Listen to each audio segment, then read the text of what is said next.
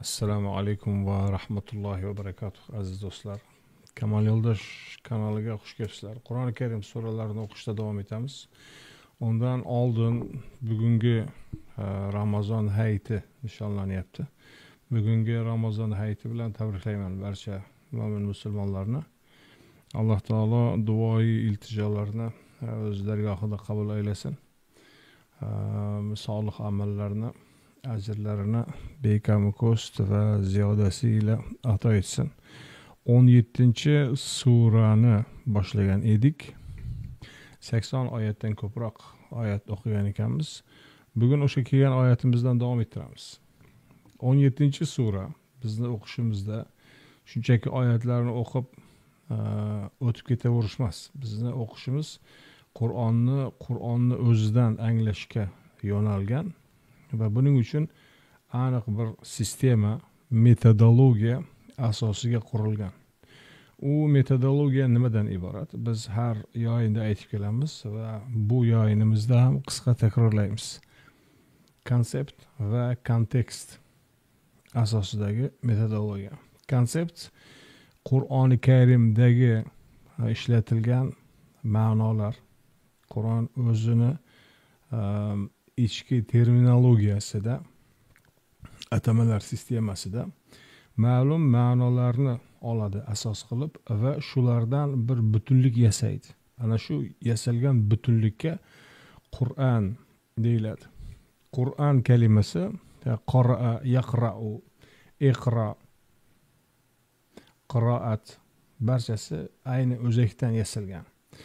O'zagi qara'a. Qara'a degani turli tashkil etuvchi unsurlarni jamlab bir butunni yuzaga keltirish degani. Deylik, Alloh yaratish uchun loy, ya'ni tuproq va suv, undan keyin olov, bular bilan g'isht yuzaga keladi. Yerdan unib chiqqan daraxtlarni kesib, ulardan taxtalar yuzaga keladi. Va keramika, qumdan masalan keramika yasaladi. Temir va ruh qorishimidan zanglamaydigan temirlar yasaladi. Ana shu qurilish materiallarini jamlab bir bino quriladi. Quruvchilar ana shu binoni yuzaga keltiradi. Bu qiroatni bir ko'rinishi. Endi faqatgina moddiy narsalarni jamlanishiga xalqa deyiladi. Iqra bismi robbikalladzi xalaq degani ham ana shunga ishora qiladi. Alloh taolo turli parchalarni jamlab bir butun yuzaga keltirgani qonuniyatiga ko'ra sen ham qiroat qil. Xo'p, endi qiroat nima? Qiroat xuddi o'sha jamlash, bir butun holiga keltirish ma'nosini beradi. Faqatgina bu yerda birdan ko'p o'lcham.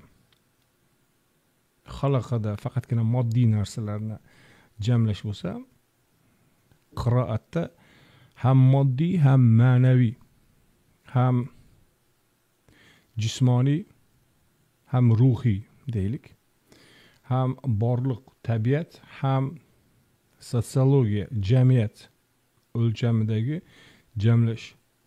Bundan chiqadigan xulosa shuki, Alloh tabiatda qaysi qonuniyatni o'rnatgan bo'lsa, o'sha qonuniyatni endi insoniy jamiyatga, sotsiologiyaga tashish. Shugina Allohni yaratgan, o'rnatgan qonuniyatiga muvofiq bir hayotni barpo etish bo'ladi. Qur'on, qiroat deganda nimalarni jamlaydi? Iqro surasi 96-sura. Mana shu asosiy unsurlarni, tashkiliy unsurlar deylik, tashkiliy unsurlarni sanab beradi. Ismi robbik, xalq, Allohning ismlari qanday tajalli etishi bir. Xalq bu yaratilishdagi tajallisi. xalaqal insana min alaq. Insonni bu yaratilish o'lchamida zaif ekanligi. Alloh yarata oladi, siz hech narsa yarata olmaysiz. Allohdan o'zga sizlar iltijo qilayotgan butlaringiz ham hech narsa yarata olmaydi. Hatto bir pashsha misoli keltiriladi Qur'onda. Bir pashshani ham yarata olishmaydi. Xo'p, Alloh yaratishda cheksiz qudratga ega. Inson cheksiz ojiz. Mana shu asosiy konseptlarni boshlanishi. Iqro va robbikal akram, Rabbing eng jo'mart shaklda, cheksiz, poyonsiz shaklda ismlarini tajalli ettiradi. Bu degani faqatgina yaratib tashlab qo'ydi emas. Allazi allama, o'rgatdi. Ba'zi falsafiy doktrinalar bor, deydiki, Xudo yaratuvchi butun borliqni yaratdi, tashlab qo'ydi. Aralashmadi. O'z holiga qo'ydi. Ol ana, bilganingni qil. Mana shunaqa falsafiy doktrinalar bor, unday emas. Alloh yaratib tashlab qo'ydi emas, balki yaratib nihoyatda ulkan jo'martlik ko'rsatdi. Ilm berdi, o'rgatdi. O'zingiz mana bir qiyoslab ko'ring. Bir narsani asl mohiyatini bilgan odam va asl mohiyatni bilmagan odam. Mana tavhidni bilgan odam va tavhiddan mahrum bo'lgan bir mushrik odam. Bir qiyoslab ko'ring. Mushrik puli bor, juda kelishgan, ko'rkam, yegani oldida, yemagani ortida. Lekin mushrik butun yiqqan terganini olib borib butga topshiradi. Va butning yonida o'tirgan bitta kohin bor. Butning mullakratiyasi. O deydiki, ana uni olib kel, mana uni olib kel. Mana bu halol, mana bu harom. Bolalaringni olib kelib, mana bu butga qurbonlikka ber. Norasida, go'dak bolalarni olib kel, qurbonlikka ber. Ular olib keladi, qurbonlikka beradi. Qurbonlik degani ham yonib turgan otashga uloqtiradi. Mana butimiz rozi bo'l bizdan deya. Shu nima ma'no? Ma'no yo'q. Hayotni boshidan oxiri ma'nodan mahrum. Uni topgan tutgan puli, ko'rkamligi, boyligi, atrofidagi odamlarni unga yetti bukilib ta'zim qilishlari, hammasi puch. Ma'no yo'q.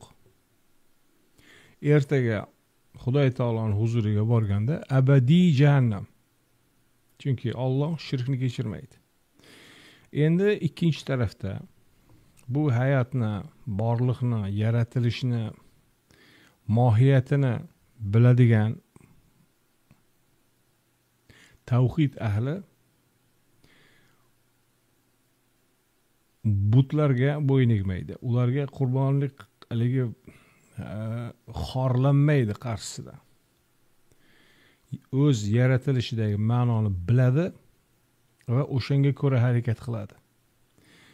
Va natijada Xudoy taolo uni hayotiga barakot beradi, rivojlanadi va ertaga Xudoy taoloning huzuriga borganda abadiy rohat, farog'atga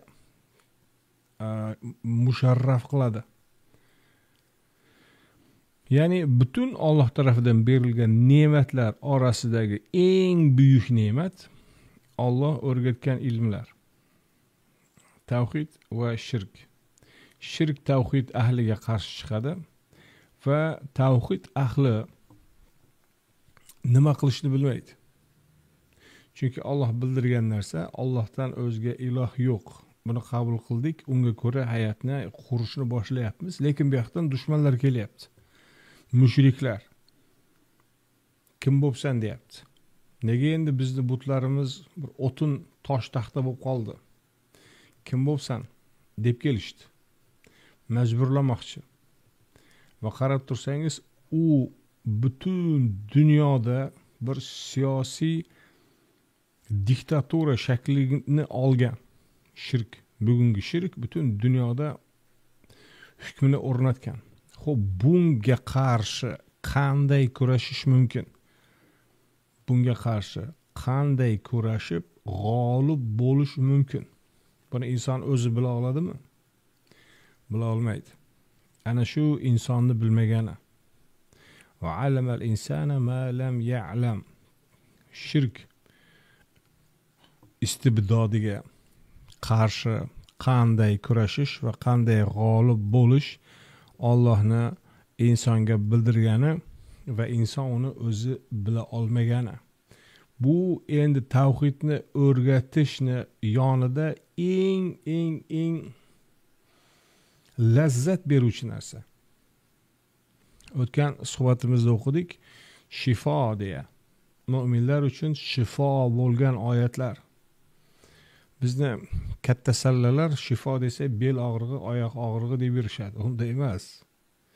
Mushriklardan, kofirlardan yetgan aziyatlarga malham. Ana shu kofirlar, mushriklar, imperiyalar ustidan g'olib bo'lish malham beradi. Mana shu Qur'ondagi asosiy konseptlar. Diktaturani ag'darish darsligi. Mana Sam Gerns shunday ta'rif beradi. Qur'on diktatura, tiraniyalarni ag'darish uchun darslik. Alloh tarafidan berilgan darslik. Bu degani 7-asr yoki o'tmishlar bilan cheklanmaydi. 21-asrda ham xuddi o'shanday samara beradi. Davomidagi oyatlar, o'sha 96-suradagi oyatlar. Buni endi oqibatlari-yu buning uchun lozim bo'lgan didaktik va'z nasihatlarni sanab o'tadi. Inson nima uchun Alloh bularni nozil qilgani sababi keltiriladi. Inson tog'utlashadi. Chunki ko'proq boy bo'lay deb chiranadi. Lekin boy bo'lib qayoqqa boradi? Tugaydi hammasi. Butun hamma ishlar Allohga qaytadi. Uni o'zi ham Allohga qaytadi, o'sha banda, uni qo'ldagi butun borlig'i ham qaytadi, uni qilib o'tgan ishlari ham qaytadi. Ar-ruj'a qaytishlarni butun barchasi degan. Inna ila robbika ar-ruj'a. Yaratilish, ta'lim, tarbiya, ya'ni rivojlanish bosqichi va oxirida Allohga qaytish. Mana shu 3 bosqichda Alloh o'z ismlarini tajalli ettiradi. Xo'p, davomidagi oyatlar Qur'onning keyingi konsept unsurlari. O'tmishdan misollar. Xuddi shuni o'tmishdagi o'rnaklari. Bir tarafda salat qiluvchi, ya'ni yolg'iz Allohga ibodat, tavhidga chaqiruvchi, da'vat qiluvchi, avvalda endi payg'ambarlar va mu'minlar. Va unga qarshi chiquvchi. Hidoyatda bo'lgan va u taqvoga chaqirgan va uni qarshisida uni yolg'onga aytgan u hidoyatini ham tanimaydi. Allohning azobi deya ogohlantiruvlarga ham quloq solmaydi. Kofir. Ya'ni musulmon va kofir, mu'min va kofir qiyoslamasi o'tmishdan keltiriladi. Payg'ambarlar qissalari va qarshisidagi dushmanlari. Endi bugun Iqro surasining 2-qismi bu butun umumiy tushunchalar va o'tmishdan ibratlar oqibatida bugungi kunimiz degan bo'lim keladi. Ya'ni Muhammad alayhisalomning zamondoshlari, atrofidagi qavmi, arablar, Quraysh, arablar Qurayshdan tashqari ahli kitoblar barchasi. Ana shularga keladi mavzu. Ularni Muhammad alayhisalom da'vat qiladi. Qabul qilmay dushmanlik qilishadi shunga Alloh taolo va'dani shunday beradi. Lanasfa'an bin nasiya.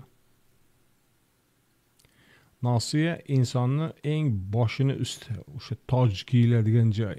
Bu endi sotsiologik o'lchamda arab dunyosini eng boshi Quraysh. Boshini pastga, oyog'ini osmonga keltiramiz deydi. Safa'a degani yotqizib sudrash degani. Ya'ni ayanchli jazolash degani. Ikkinchi tarafda falyad'u nadiya sanad'u az-zabaniya. Chaqirsin o'zini qo'llovchilarni, biz chaqiramiz zaboniylarni. Xo'p, zaboniylar kim ekanligini bilish uchun Qur'onda Alloh kimlarni chaqiradi? Muhammad alayhisalomga kimlarni chaqirishni buyuradi, topshiradi. Shunga qarang. U yerdagi zaboniylar degandan chiqadigan xulosa shuki, mazlum, mahrum, haqni izlagan va Robbiga yo'nalgan, iymonga kelgan va iymonida mustahkam turmoqchi bo'lganlar. Ana shularni atrofingdan haydama. Ularni atrofingda jamla, jipslashtir va ularni kurashga chorla. Arablarning tepasidagi Qurayshlar atrofidagi qabilalarni yig'adi. Turli hizblar, Ahzob surasi o'sha arab qabilalari yig'ilib kelib musulmonlarni yo'q qilish uchun bostirish haqida. Va biron bittasiga bo'yin egma. Robbingdan kelgan buyruqqa to'liq taslim bo'l va Robbing bergan va'dani yaqinlashtir deydi. Yaqinlashishi, ro'yobga chiqishi uchun kecha-yu kunduz harakatni qil deydi. Robbing va'da bergani nima? Makka fathi, kofirlarning mag'lubiyati va musulmonlarning g'olib bo'lishi bu endi dunyoda. Va bularning mukofoti sifatida Alloh taolo ularni jannatga daxil qilishi. Mana shular vaqtarib, qurb mavzusida keladi. Qur'onni sintez, jamlash degan ma'nosida mana shu konseptlar o'rin oladi. Boshqa suralar barchasi faqat mana shu konseptlarni u yo bu qirradan ochiqlaydi yoki biror bittasini olib shuni ochiqlaydi yoki bir nechalarini ochiqlaydi. Qur'on, iqro, qiroat, sintez deganda mana shu konseptlar. Konsept deganimiz mana shu. Xo'p, endi kontekst nima? So'z oqishida bularni konkret ma'nolaridagi ma'no qirralari. Ma'no juda o'zgarib ketadi emas, ma'no qirralari o'zgaradi. Biz misol tariqasida turli konseptlarni keltirdik. Masalan, salotni keltirdik. Salot bajarish kerak bo'lgan narsa. Zimmaga yuklatilgan yoki zimmaga olingan vazifalar, majburiyatlar. Bu endi turli kontekstda turli majburiyatlar. Alloh o'z zimmasiga olgan vazifa, majburiyatlar bor. Masalan, musulmonlarni to'g'ri yo'ldan olib borish va najot, g'alabaga erishtirish.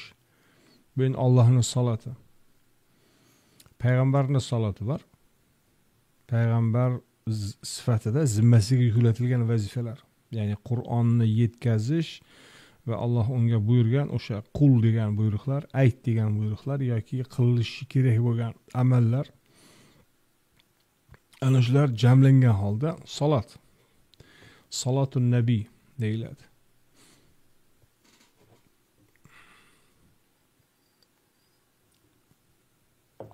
Mu'minlarning saloti bor. Ularning zimmasiga yuklatilgan yoki ular o'z zimmasiga olgan amallar.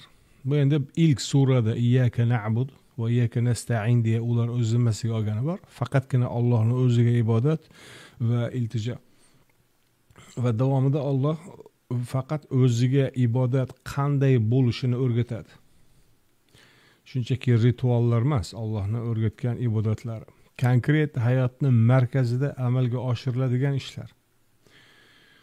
Muhtojga yordam, ochni to'ydirish, zolimga qarshi chiqish, mana shu konkret hayotni sotsiologik o'lchamda jamiyatni o'rtasida, markazida amalga oshiriladigan ishlar. Bularni jamlaganda salat chiqadi. Ya'ni mu'minlarning salati. Salat deganda mushriklar bilan bog'liq kontekstda ham keladi salat. Ular endi zimmasiga olgan yoki ularning zimmasiga yuklatilgan, kim yuklaydi ularga? Mushriklarning kattalari. O'sha mushriklarning kattalari, boyaga aytgan Nosiya, ularni zimmasiga yuklaydi. Masalan, borib urushinglar musulmonlar bilan deydi. Yo'q qilinglar deydi. Xo'p deydi, ular johillar ketaveradi qiychuv bilan. Qur'onni eshitmanglar deydi.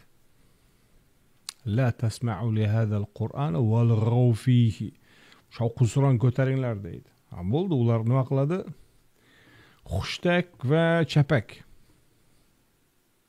Xushtak va chapak. Bir musulmon chiqib yoki payg'ambar chiqib Qur'on oyatlarini baytda, ya'ni insonlar jamlanadigan joyda o'qishni boshladimi, bularga bir ko'z qisiladi. Eshitmanglar, eshittirmanglar. Bular boshlaydi. Xushtak va chapak, nima deyapti, mana o'chir ovozingni. Bu ularning salati. Ana shu salat bugungi kunga agar qiyoslab ko'radigan bo'lsangiz, bugungi mushriklarning salati bilan ayni. U paytda endi chapak chalish, xushtak bilan Qur'onni eshitmasin degan niyat ko'zlangan bo'lsa, bugun Qur'onni eshitmasin deya qanday shovqin-suronlar ko'tarilyapti. Bu kirish qismini mana shu bilan yakunlayman. Bugungi shovqin-suronlar qanday? Qur'onga kelish mavzusidan chalg'itish uchun sizni shaxsiyatingiz, ota-onangiz, shaxsiy hayotingiz yoki hech narsa topolmasa, umuman siz aytmagan so'zlar, qilmagan ishlarni ko'tarib kelib tuhmat. Hali turklarda bir gap bor. Loy chapla yuvsa ham bir izi qoladi deya. Ana shu taktika qo'llanadi. Ya'ni Qur'onga kelmasin, Qur'onni eshitmasin degan mushriklar chalg'itib boshqa tarafga og'dirish, e'tiborni boshqa tarafga burish.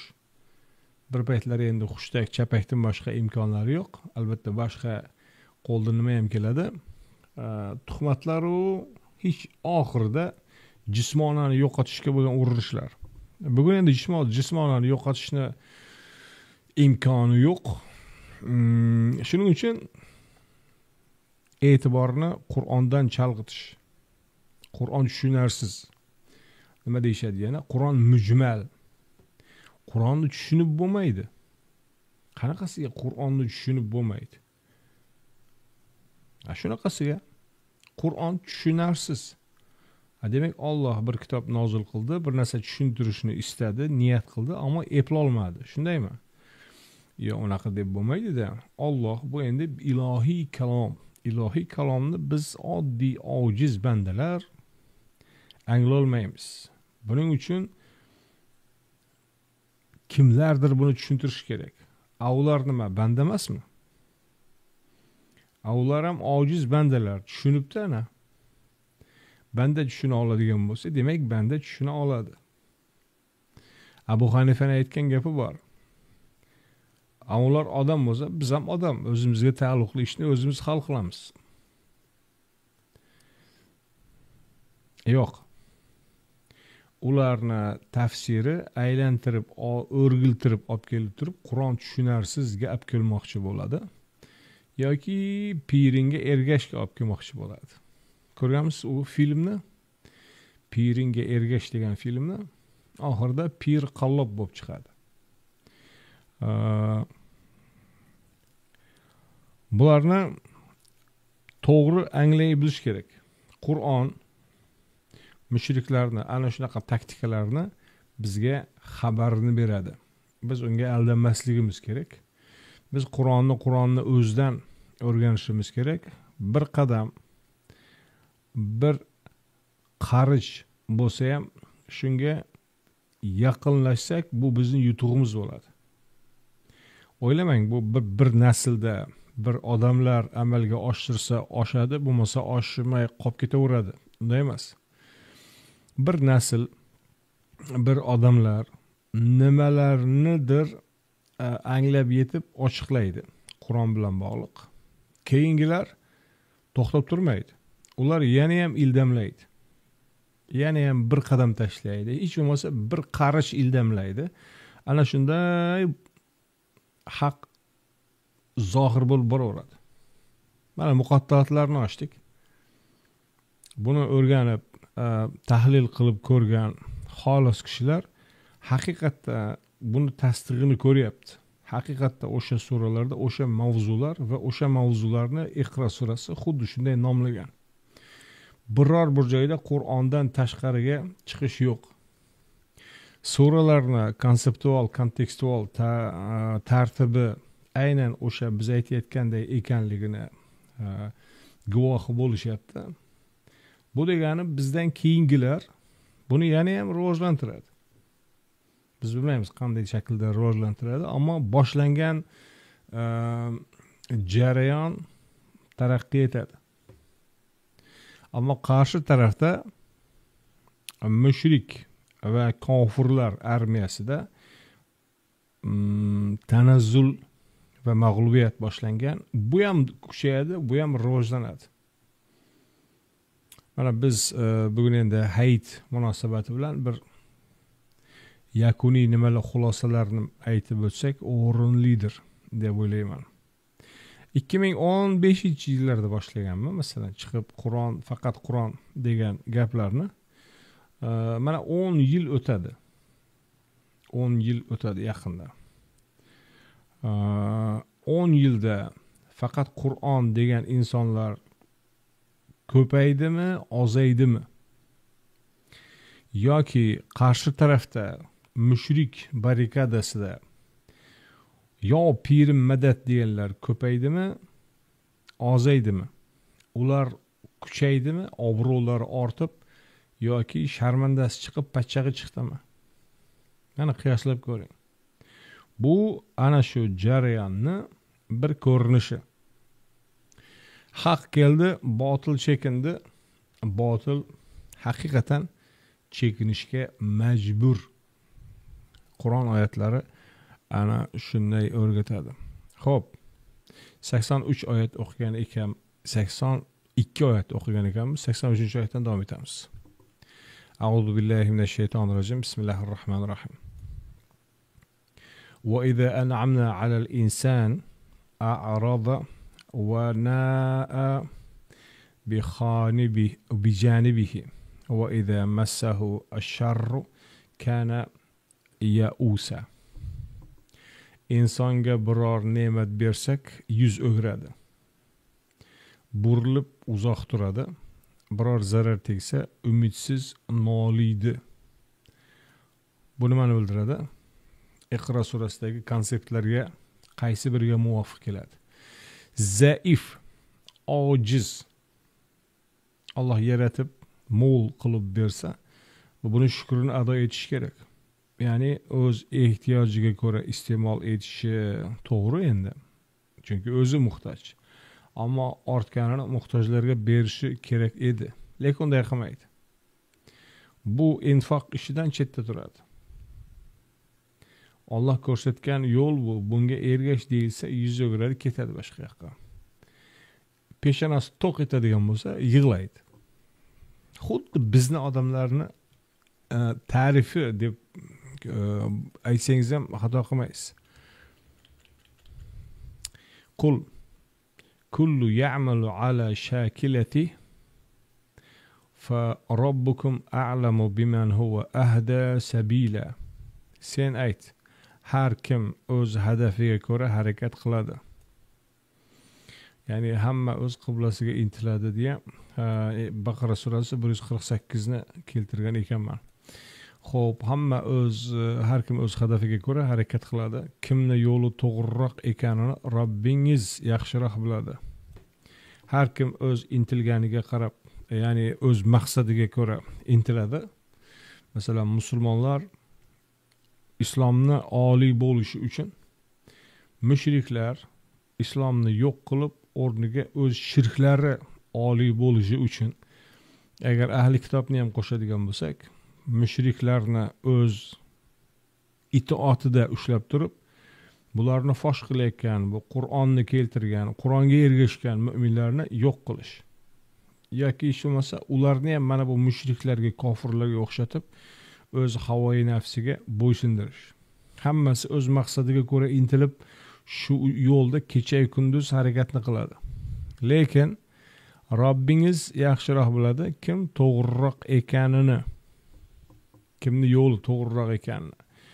Yo'li to'g'ri yoki noto'g'ri ekani nimaga ko'ra o'lchanadi? Allohning murodiga muvofiq kelsa to'g'ri va o'sha yo'lni Alloh taolo o'z maqsadiga olib boruvchi yo'l qilib beradi. Mushriklar yo'qota oldimi? Islom, Qur'on degan narsani yo'q. Ahli kitob o'zlariga o'xshab havoi nafsiga burdira oldimi? Muhammad alayhissalom u yonidagilarni yo'q. Demakki, uchinchi yo'l to'g'ri bo'ladi. Muhammad alayhissalom va yonidagilar islomni oliy qilish yo'lida sa'y harakat qilyotdi. Alloh ularga murodini berdi. Va yasalunaka anir ruh. Qul ar-ruhu min amri rabbi. وَمَا أُوتِيتُمْ مِنَ الْعِلْمِ إِلَّا قَلِيلًا. Sendan ruh haqida so'rashadi. Sen ayt, ruh Robbimning ishidan, buyrug'idan. Amr ham ish ham buyruq. Sizga bu haqda oz ilm, ma'lumot berilgan.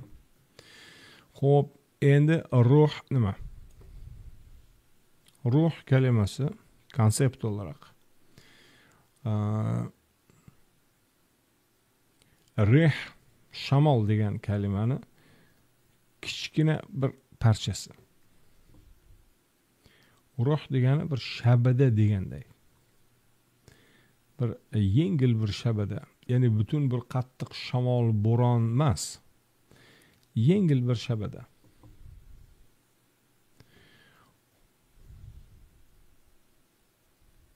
Qur'oni Karimda ruh deya nima aytilgan? Ar-ruhu min amri Robbi. Robbimning ishlaridan, amr buyruqlaridan, har ikkala ma'nosi. Allohning ishi qanday, qayerda amalga oshadi? Biz buni kuzatib, ko'rib, guvoh bo'lib turishimiz imkonsiz.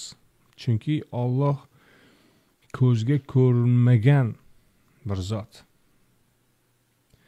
Faqatgina buni bilishimiz mumkin bo'lgan yagona imkoniyat Alloh o'zi xabar bergan oyatlar. Boshqa bila olmaymiz. Boshqa endi talqinlarda, taxminlarda aytilaverishi mumkin. Masalan, mana Xudoy taolo ateist tuzumini yo'q qildi. Bu Sovet ittifoqi degan ateist tuzum bor edi-yu, yo'q bo'ldi bu. Ketdi tarix axlatxonasiga. Buni endi Alloh taolo ana shunday iroda etdi, yo'q bo'ldi deyishimiz xato bo'lmaydi. Chunki Allohning irodasi bilan bo'ladi barcha narsa. Lekin Alloh o'zi xabar bergan konkret vaziyatlardagi konkret Allohning irodasini amalga oshirish misollari bor. Masalan, Yusuf alayhissalomni quduqqa tashlagan paytlarida Alloh unga vahiy qiladi. Yoki Muhammad alayhissalom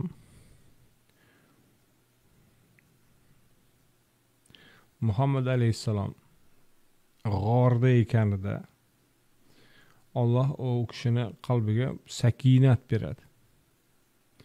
yoki Musa dengiz qarshisida qavmi bilan qolganida ortidan Firavun lashkari bostirib kelayotganda Alloh ana shu joyda mudohala etadi, dengizdan o't deydi. Bu endi momentum bo'lgan misollar. Kelajak haqidagi xabarlar bor. Kelajak haqidagi xabarlar. Bu xabarlar butun ipidan ignasigacha xabar berilmagan. Faqatgina qisqa xabar berilgan.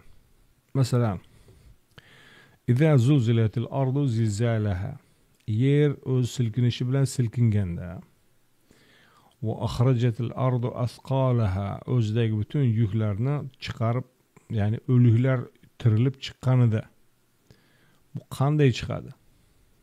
Bu qanday tiriladi? Ba'zi ana rivoyatlarda aytilganday shu ajbuz zanab, umurtqani oxirgi suyagi chirimay qolib shu yerdanmi, yoki Qur'onda aytilganiday bir yomg'ir yog'ib yerdan unib chiqqanday sizlar ham chiqarilasizlar deydi. Shunday o'simlikka o'xshab chiqadimi? U yerdagi yomg'ir haqiqatdan mana shu dunyodagi kabi yomg'irmi? Yoki qanday qilib yomg'irdan o'simliklar unib chiqyapti-yu, inson bugun o'sib unib chiqmayapti? Nega u yoqda unib chiqadi? Buni botanika, biologiya, nima edi? Bunga o'xshagan gidravlika, bularga o'xshab ma'lumotlari berilmagan. Berilgan qisqa ma'lumot bor. Alloh sizlarni tiriltiradi, hisobga tortadi, javob berasiz. Hisob kitobdan o'tganlar rohat farog'at, o'tmaganlar azob va uqubat. Buni tafsilotlari berilmagan. Ana shu kelajak haqidagi qismiy, juz'iy ma'lumotlar xuddi ulkan bir shamolni bir kichkina parchasi bo'lgan shabada kabi umumdan bir juz'iy qismi. Hop, Iqro surasida bu nima deyiladi? Allamal insana, yo'q, allazi allama bil qalam. Qalam degani mana shu bu endi ruchka. Qalam deb faraz qilsangiz, buni uchi chiqariladi. Uchi chiqarilganda to'kilgan parchalariga qalam deyiladi. Bunisiga ham qalam deyiladi, to'kilgan parchalariga ham qalam deyiladi. Va lug'atlarda shunday keltiriladiki, nayzani otganda, masalan, daraxtga tegadi yoki bir toshga tegadi va tekkan joyda bir mayda parchachalar sinib to'kiladi. Daraxtni masalan nimadir, qovug'idan toshni bir kichkinagina qumchalari bo'lsa ham to'kiladi.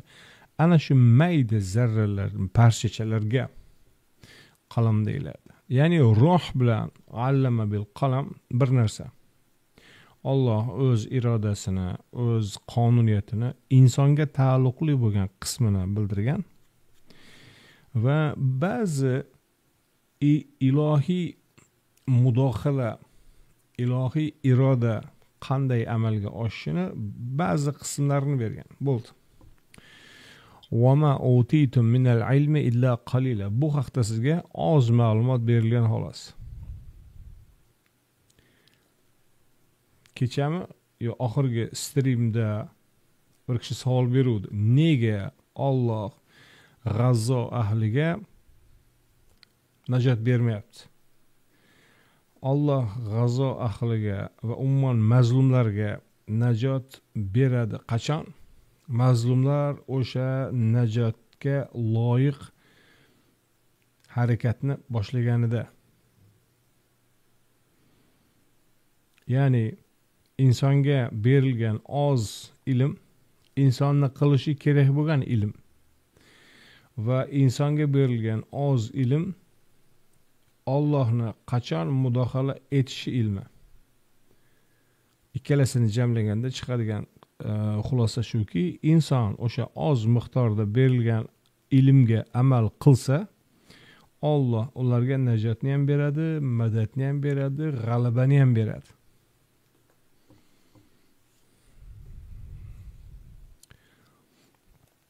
Wala in shi'na la nadhhabanna billadhi awhayna ilayka thumma la tajidu laka min alayna thumma la tajidu laka bihi alayna wakila. Agar istasak senga vahiy qilganimizni ketkiza olardik. So'ngra bizga qarshi biror vakil topa olmasding.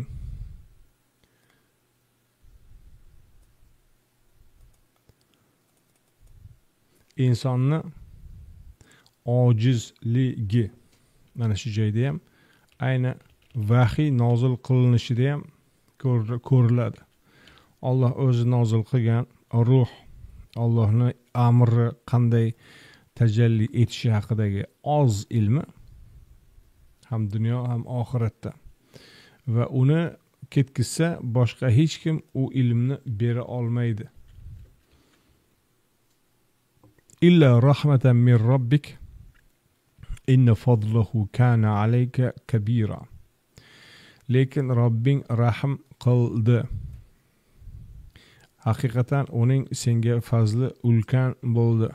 O'tmish payg'ambarlarga berilgan vahiylar qisqa va sanoqli.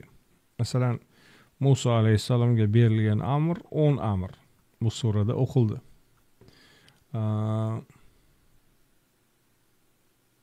İsa alayhissalomga berilgan vahiylar Tavrotni tasdiqlash va o'zidan keyin keladigan payg'ambar haqida xush xabar berish.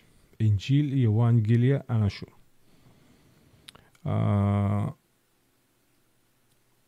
Uzundan uzoq oyatlar, suralar, 114 ta sura ularga berilmagan. Va Rabbing rahm qildi, haqiqatan uni senga fazli ulkan bo'ldi degani mana endi tushunarli bo'ladi. Ruh bu yerda nima nazarda tutilgan? Allohni insoniy hayotga mudohala etishi, dushmanga qarshi nimalar qilib g'olib bo'lishni ilmi. Va Alloh rahm shafqat qilgani uchun butun shirk, mushriklar imperiyasiga qarshi g'olib kelish ta'limotini berdi. Senga fazli ulkan bo'ldi. Qul la in ijtama'at al-insu wal-jinnu ala an ya'tu bimithli hadha al-Qur'an la ya'tuna bimithlihi walau kana ba'duhum li ba'din zahira. Ayt, agar ushbu Qur'onni mislini keltirish uchun ins va jin jamlanib bir-biriga yordam bersa ham uning o'xshashini keltira olmaslar. Ins va jin nima degani? Oshkor va yashirin butun barcha. Oshkor degani sizni huzuringizdagi degani. Yashirin degani endi sizni huzuringizga kelmagan, hali siz ko'rmayotganlar degani. Ya'ni Muhammad alayhisalom davridagi va boshqa davrlardagi bitta ma'nosi. Muhammad alayhisalom qarshisidagi va yashirin berkinib yotgan ahli kitob va ahli ilmlar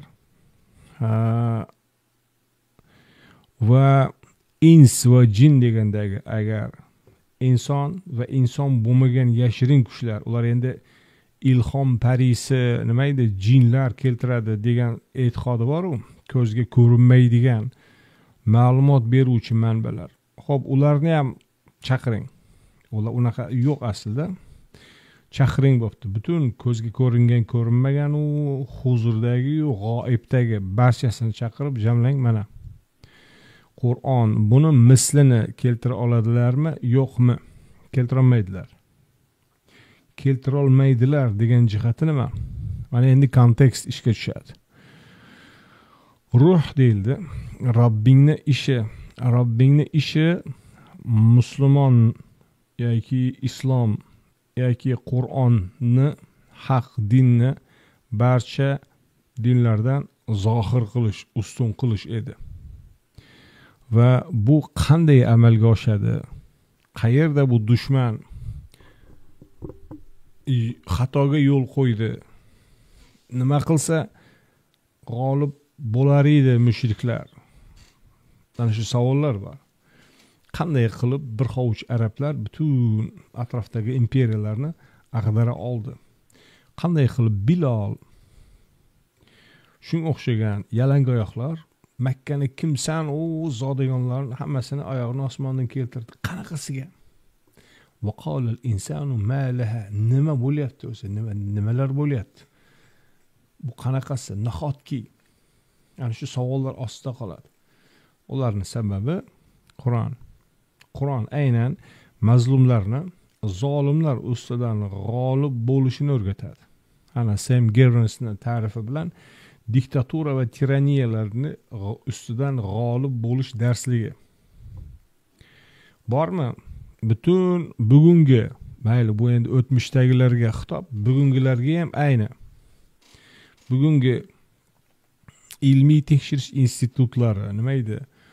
Tadqiqot markazlari, strategik tadqiqotlar, butun katta kallalar, mayli boya sallalarni aytdik, katta kallalar, akademiklar, u dahoyu nobelchilar bormi?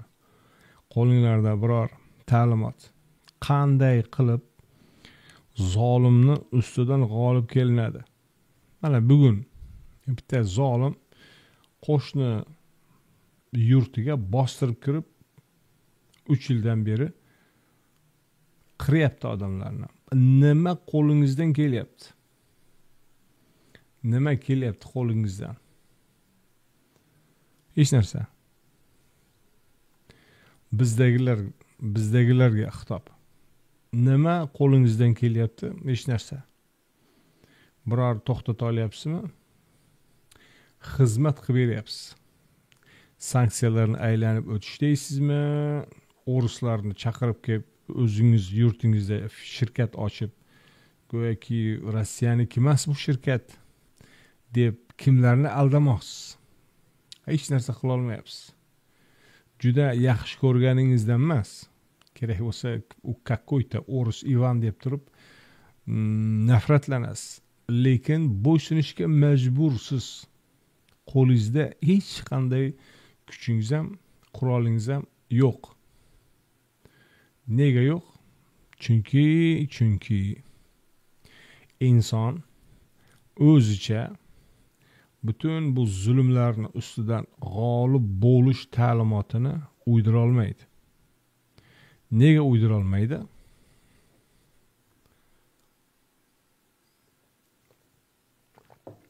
Nega uydira olmasligini men sizga sirrini aytay.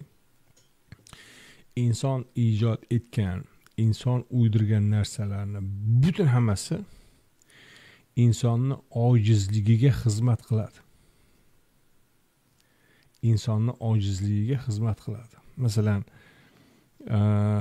qurol aslaha, masalan bir pistolet, to'pponchami nima deydi o'zbekchada? To'pponcha ishlagan odam to'pponchani doim otishi tashqariga bo'ladi, boshqalarni o'ldirish uchun bo'ladi. To'pponchani bossang, o'zingga otib, o'zing o'ldirish uchun hech kim qurol yasagan emas. Suitsid qurol yasaganini bilasizmi? Qanday qilib o'zini o'zi o'ldirish? Qancha odam buni tekshirib ko'rdi, hammasi muvaffaqiyatli tarzda o'ldi. Bormi shunaqa? Hamma o'z zaifligiga ko'ra tuzadi. Boshqalarni egallasak, u qo'limizdan ketmasa, qo'ldan ketadi degan joyda bu sarosimaga tushadi.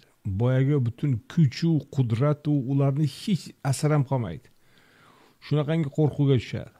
Ana Firavnning misoli nima uchun keltiriladi? Seni taxtingga tortib oladi degan xabar kelishi bilan bo'ldi. İlk imzolagan farmoni bu yil tug'ilgan erkak deymi, o'g'il chaqaloqlarni hammasini o'ldiring. Nega?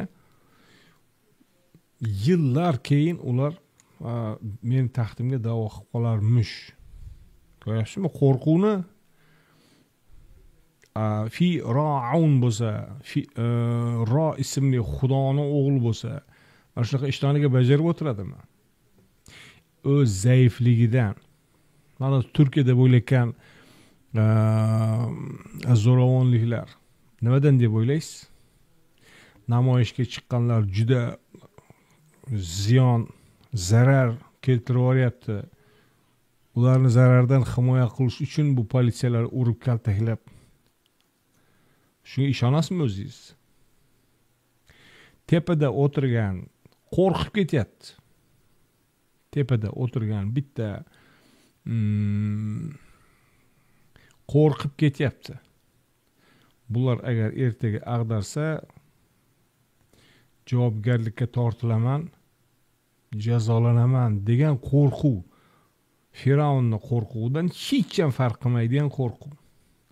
Qani nima bo'ldi endi butun davlat siyosati, 20 necha yillik doktrinalar, boshqa saylov, qonun va qog'ozlardagi narsalar nima bo'ldi? Ishga yaramadi. Nega? Chunki bu zaif bandalar tarafidan o'z zaifligi yo'lida ijod etilgan narsalar.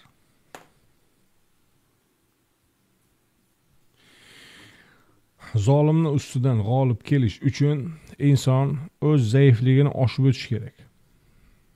Qur'ondan meni chiqargan xulosam shu. O'z zaifligini oshib o'tish kerak. Zaifligiga mag'lub bo'lmasi kerak.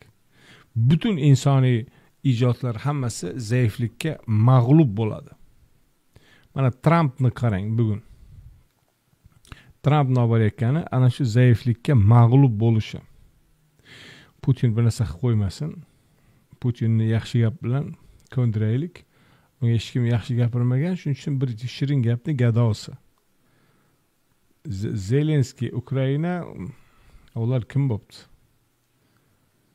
Bu istig'noni zaif nuqtasi. Zelenskiy nima qildi? Men uni ko'p marta aytganman. Kerak yo'q dedi. Yordaming ham boshqang ham. O'lsak o'lib ketaveramiz dedi. Zaiflikni oshib o'tdi. Ana Alloh keyin unga boshqalarni bo'ysundirib berdi. Muhammad alayhisalom, boshqa payg'ambarlar va ularning atrofidagi mu'minlar nima qilgan edi? Atrofda ko'zga ko'rinib turgan butun siyosiy hisob-kitoblar, turli boshqa kalkulyatsiyalar aql olmaydigan darajada qarshi chiqdi hammasiga. O'ltirsalang o'ltiraver deydi. O'ltirsang o'ltiraver, men bu yo'ldan qaytmayman deydi. Mana jamlanibki butun insu jins, mana ko'rmayapsizmi? Jamlanibki insu jin hammasi. Hud surasida o'qigan edik. Hud nima deydi? Yig'ilib kel deydi. Chaqir o'sha butlaringni hammasini. Menga muhlat ham berma, hozir bo'ldi, boshla deydi. Nima qila olasanlar, davay. Men Allohga tavakkal qilib, Allohga suyanaman. Shu Alloh nima iroda qilgan bo'lsa, shu bo'ladi. Bu zaiflik emas bu. Bu zaifliklarni oshib o'tish bu. Zaiflik bo'lsaydi, shafqat qiling bo'lib qolardi. Shafqat qiling deyotgan yo'q. Bu yerda ham shafqat qiling deyotgan yo'q. Davay ke deyapti. Davay ke. Bormisan? Mana Qur'onga o'xshagan bitta mislini olib kelsin. Chaqir butun faylasuf, mutafakkir, akademik, ilmiy markazlarni hammasini chaqir. Qanday qilib zolimni ag'darish mumkin? Bormi ta'rifi? Yo'q. Qur'on deydiki, zaifliklarga qarama. Allohga suyan, Alloh seni zaifliging nuqtasiga kelganingda g'oyibdan madad beradi, yengasan. Sir shu yerda. Allohning mudohalasi, ishtirokini hisobga qo'shmagan kalkulyatsiyalar hammasi yutqizadi. Mana Trump yutqizib o'tiribdi. Borib undan iltimos qilamiz, u xo'p demaysa, keyin yo'q, boshqa varianti yo'q.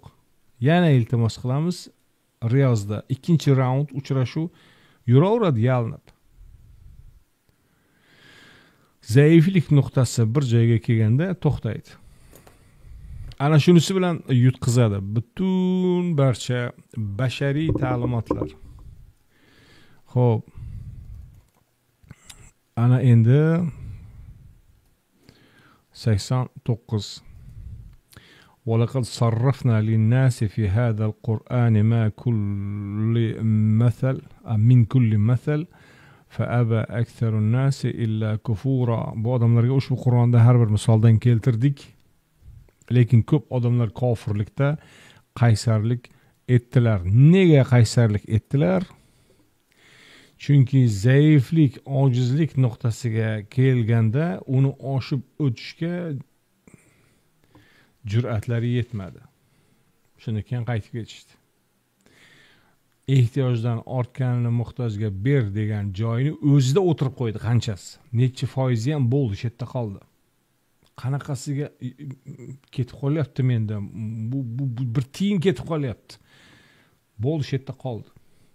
Sal nariroqda endi xavf xatar, dushman keladi, chiqasizlar deganda bahona izlashdi. Meni yo Rasululloh, meni u yerda ba'zi ishlarim bor edi-da, Bob shularni bitirib yuboray. Keyin vallahi chiqaman. Inshaalloh mana chiqaman. Yo'q, biz musulmonmiz, Allohdan umidimiz katta. Faqat shu hovlida bitta joy. Endi Rasululloh nima desin ularga? Bu hozirdan qo'rqib o'tiribdi, jang maydonida nima qiladi? Ketaver deydi, ana. Hovlingni tuzat deydi.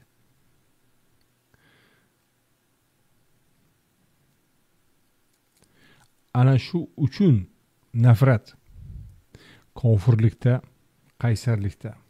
Chunki kofirlik o'zlarini shirk e'tiqodlari ularni nafsiga moslab beradi. Nafsiga moslab beradi. Pulingni ortganini muhtojga ber demaydi. Aksincha olib deydi. Masjidimizga olib kel, ko'rdinglar mana hayit namozlarida soqqa yig'ishlarni olib kel deydi masjidga, bizga olib kel deydi, ma'badga olib kel deydi, butlarimizga olib kel deydi. Biron bittasi aytmaydi bizga olib kelmang. Bir muhtojni toping, o'shanga bering demaydi hayotda. Bizga ber. Berchi ber, yana ber. To'yish yo'q. Zo'r din ekan bu deydi. Senlar buni shirk deb yursanlar, kofirlik deb yursanlar, kayfu safo. Shunga kirib olsammi deydi. Men bir o'g'limni shunga o'qitsam-mikin deydi. Qohinlikka o'qitsam, qohinlikka shaqa bersam-mikin deydi. To'xtaman bitta bolamni mullalikka o'qitay deydi. Menga o'xshab xo'razbozor, xo'razboz, qimorbozlar orasida kaltak yeb so'kish eshitib yurmaydi. Tekin odamlar rahmat deb, bismillah deb olib kelib beradi. Zo'r deydi. Pul shilishni yo'li. Bo'ldi. Birov chiqib bu yo'q dinda desa, eng katta kayfni buzgan padaringalarni dushman ana shular. Aksarun nas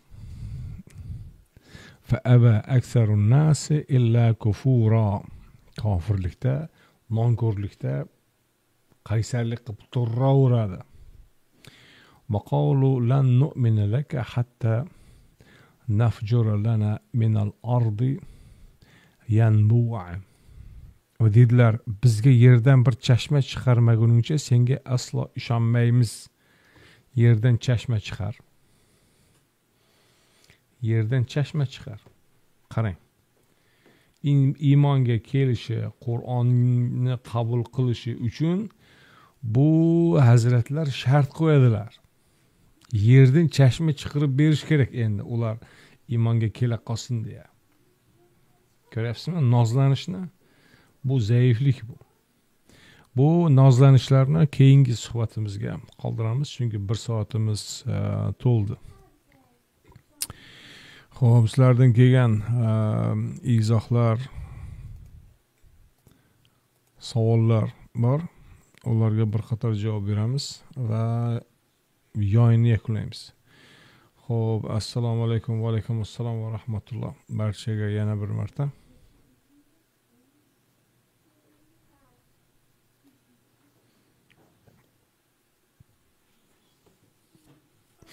Xo'p, AQShdagi birodarimizni Qur'ondan qaytarish uchun Ming Nayrang ham shu serialdan uzr so'ragandan keyin o'sha uzrda turish kerak. mana zaiflikni oshib o'tgan misollarga qarang. Masalan, mana bokschilar, bokschilar. Boks va umuman yakka kurash turlari buni yaqqol misoli. Chunki u yerda o'z zaifligingni oshib o'tmasang, yaqin yo'lama. U sportga umuman kirmasang ham bo'ladi. Masalan, boksda zarba berasan, zarba yeysan. Og'riyapti deb yig'lab shikoyat qilib borgan bokschilarni ko'rganmiz. Zarbani berasan, zarbani yeysan.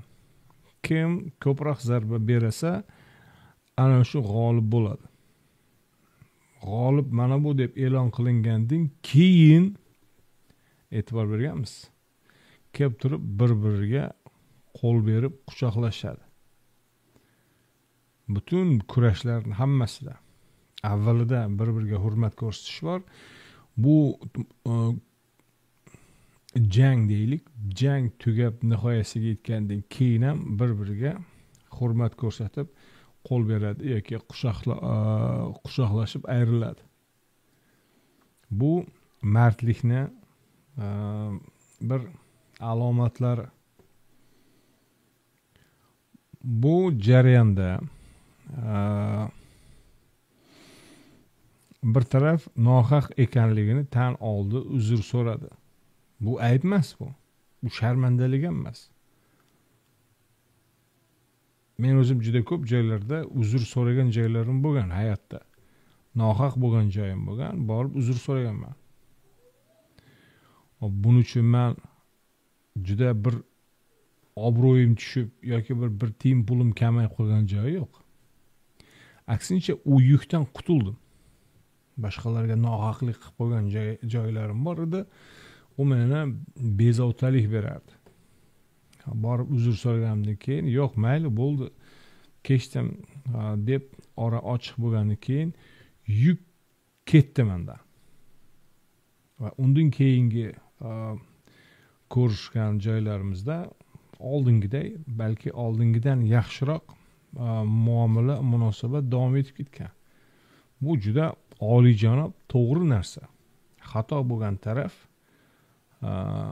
xatosini tan olib uzr so'rashi to'g'ri narsa. Uzr so'ramaganda qarang, bir la ilaha illalloh degan insonni kofirlikda ayblab yuraverish to'g'rimi? Biror marta gaplashib ko'rmagansiz, yuzma-yuz suhbat qilmagansizda, u Turkiyada o'tirib olib kofir. Shumi? Sunna. Payg'ambar shunaqa qilganmi? Oilalarni buzganmi? O'zicha yoqmay qolganga kofir xotinini taloq. Oilalarni buzyapsizlar, ey go'rsoxtalar. Undan ko'ra xatoni tan olib uzr so'rasangiz, martabangiz ortadi. Sizga dushman bo'lgan odam ham mard ekan deydi. Chunki hamma ko'rib turibdi, nohaqsizlar. Umuman haqlaring yo'q.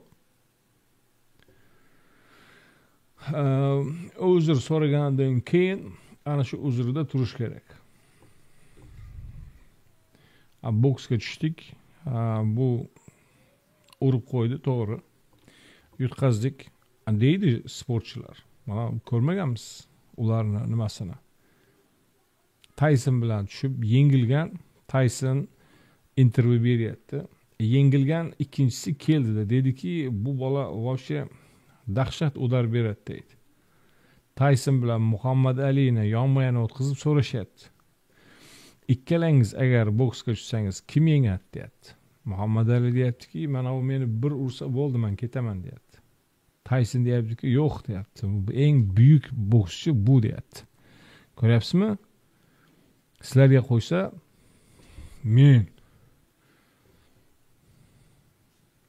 eng fatvo beruvchi men, eng katta takfirchi men, eng oila buzuvchi men, olamlarni yaratgan men, rizq nasiba beruvchi men.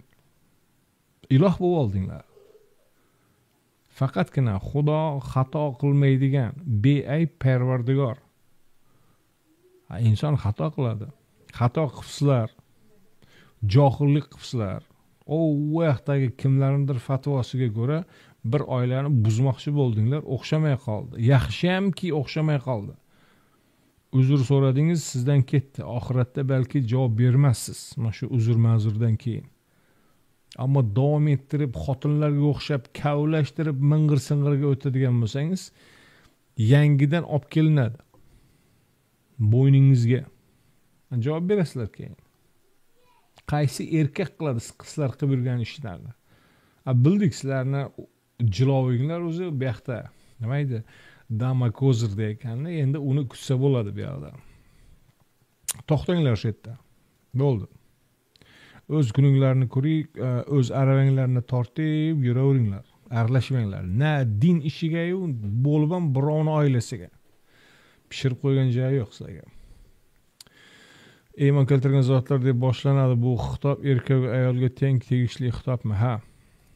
Agar teng bo'lsa 62:9 oyatni nega erkaklargagina tegishli deb tushuntirilgan? 62:9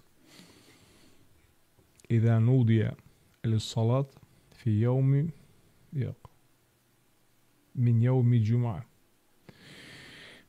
Jum'a Jumu'a jamlanish kunlari. Bani Isroilga Alloh taolo jamlanish kunlari degan alohida kunlarni buyurgan.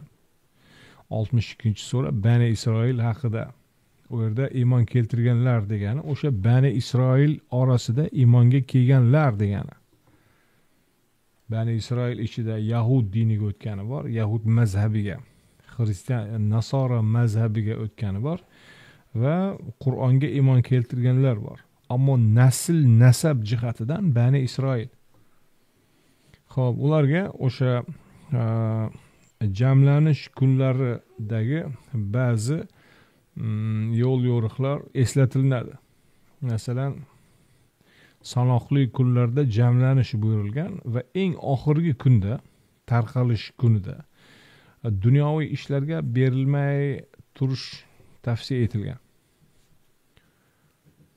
Tayyorlanib, butun yuklarni hammasini tayyor qilib turiladi. Oxirida bir chaqiriq bo'ladi. O'sha chaqiriqqa ko'ra bir joyga jamlanishadi. Bir kishi chiqib ma'ruza qiladi. Ma'ruza. O'sha salat shu. Ma'ruza qiladi. Ilohiy yo'l yo'riqlarini eslatadi. Allohning ne'mati, Allohning fazli, marhamati, taqvo butun mavzularda undan keyin tarqalishadi. Shu eslatilgan. Tijorat qilmay turinglar degan bu mavzular o'sha nimada berilgan. Men sizlarga uni hozir qani men tarjimam 62 da men uni keltirganmanmi, yo'qmi? Ha, Levit 23-bo'lim. Tavrotning Levit bo'limini 23-bo'limida aytilgan. Jamlanish kunlari, u yerdagi yo'l yo'riqlar va butun hammasi. Yashirib boshqa narsaga buraman desangiz, bu ixtiyoringiz. Ammo peshonangiz to'q etadi. Haqni topolmaysiz. Xo'p, endi haftaning 5-kuni degan bizni bu juma kuni deganimiz avval boshda juma kuni deyilmagan. Avval boshda haftaning 4-kuni, bugun juma kuni arablarning 4-kuniga to'g'ri keladi. Arablarda u Yawmul Aruba, arablik kuni deyilgan. Madinada Yawmul Aruba, arablik kuni. Bu nima degani? Har hafta mana shu kuni u yerda Aws, Xazraj qabilalari bor, yana boshqa qabilalar ham bor. Ular tuyalar jamlanadigan bir maydonga chiqib, keyinchalik payg'ambar u joyini sotib olib masjid qurgan. Bugungi Masjid-un Nabaviyani o'sha paytdagi holati. Chiqib arablarni ulug'lovchi, ularning tarixidan, ularning o'tmishdagi buyuk ishlaridan, qahramonliklaridan bir turli she'rlar, qasidalar, ana shular bo'lgan.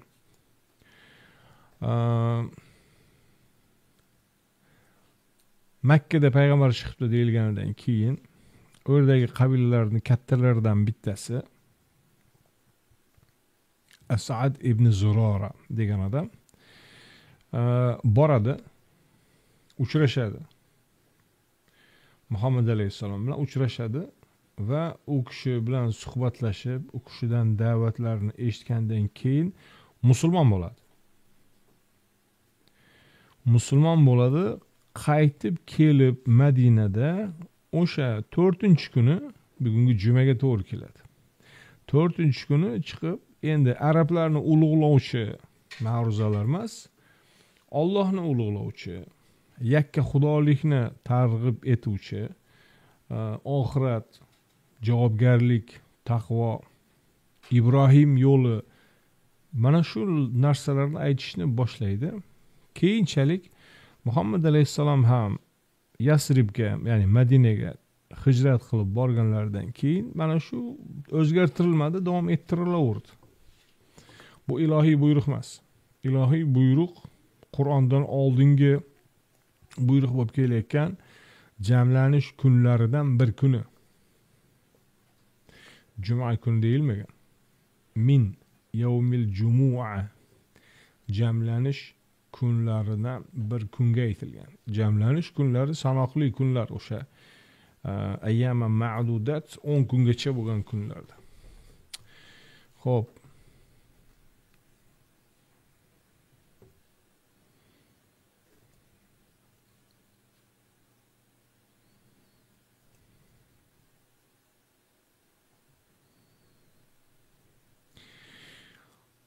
bu yerda minnatdorchiliklar yozilgan va ularni oshkora o'qib berib o'tirmayman.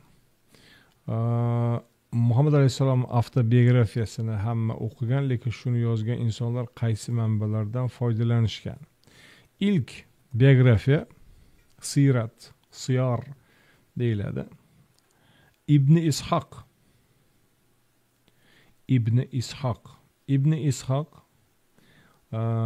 Yahud bo'lib musulmonlarga asir tushgan birovning bolasi yo nevarasi. Shu yozgan İbn İshaq. Keyinchalik uni sal yahviyag'ini to'ldirib boyitib İbn Hisham degan odam yozgan. Bugungi mavjud siratlar ana shuni asos oladi. O'sha Yahudning bolasini yozganini asos oladi. U qanday yozgan? Payg'ambarni ko'rmagan. Madinaga borib, Madinadagi o'zini o'sha ko'rgan, uchratgan odamlardan so'rab yozgan. U yerda aksariyati u yerdagi yahudiylarni bergan ma'lumotlari. Juda ko'p joylari Qur'onga zid masalan. Juda ko'p joylari Qur'onda yo'q. Uni tasdiqlashni yoki rad etishni bilmaysiz. Nimaga ko'ra unday qildi? Xo'p, like bosishdan ham qo'rqmanglar. Farhodbek bilan suhbatdan keyin Samarqandlik tomondan sizlarga aloqaga chiqdimi? Yo'q. Biz aloqaga chiqishini kutmagandik, orqa orotdan turli gap so'zlar qilib yurishini kutgandik. Shundaylar bo'pti. Bu endi tabiiy. Boshqa narsa qo'llardan kelmaydi. Davom etsin. Ammo muhimi bir oila parchalanishidan omonda qolindi. Yani bir oila parchalanishi oldi olindi. Bizga muhimi shu. Bularni, mana ularni tuzalib o'nglanishi, u tarbiyalanishi u kerak yo'q. O'nglanmaydi ham, tuzalmaydi ham, tarbiyalanmaydi ham. Faqat ularni peshonasini toq etib, sal xato yoki bizni doiraga mudohala etishni boshlagan paytda peshonasiga toq etasiz, shu bilan chiqib turadi. Bo'ldi.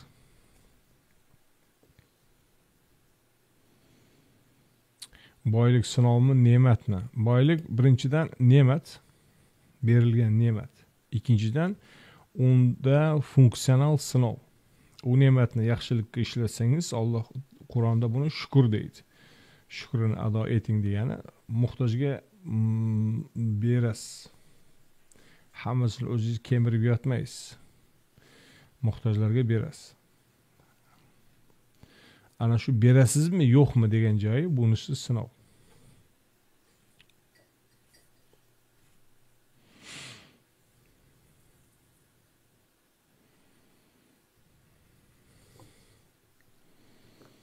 Xo'p, bu oxirgi izoh edi. Bunga javob berdik. Undan boshqa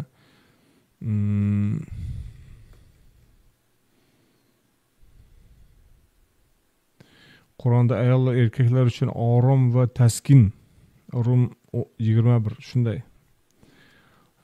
Li taskunu ilayha deya. U faqat oilaviy hayot bilan cheklanadimi? Ha, oilaviy hayot bilan cheklanadi yoki jamiyatdagi rolni ham o'z ichiga oladimi? Yo'q. Jamiyatda erkaklar orom va taskin u ijtimoiy masala emas-ki, oilaviy masala bu. Oilaviy masala.